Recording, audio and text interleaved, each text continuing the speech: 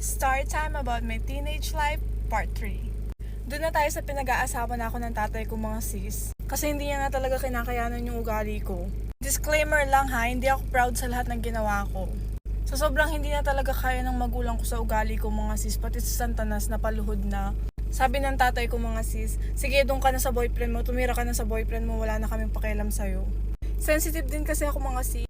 Tapos feeling ko nun kaya-kaya ko na yung buhay. Kaya tumira talaga ako sa boyfriend ko mga sis. Mga 1 week din ako doon. Yung pagka 3 days ko mga sis, umiiyak na ako. Kasi nga mga sis, hindi naman financially stable yung boyfriend ko noon. Which is your ex ko nga.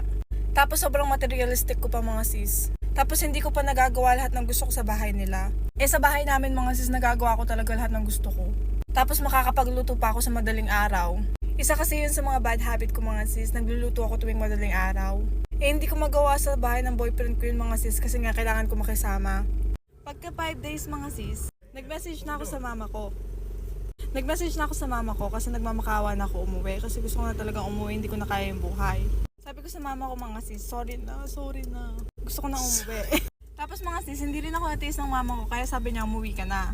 Pag uwi ko nga mga sis, niyakap ako agad ng papa ko, sabi niya na miss niya daw ako.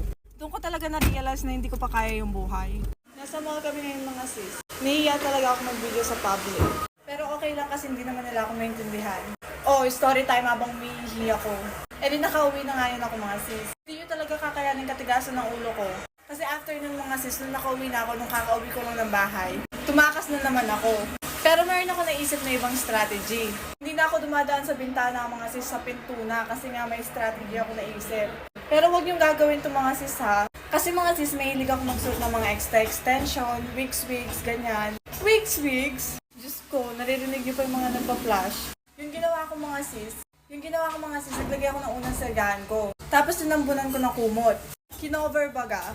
After nun, doon sa may uluhan mga sis, naglagay ako ng wig. Nilabas ko yung wig ng konti para kala nila yung buhok ko.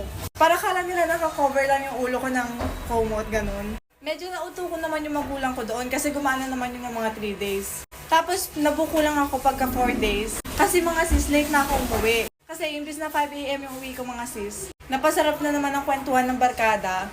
9 AM ako umuwi mga sis. So umalis ako ng madaling araw ng gabi hanggang 9 AM ng umaga.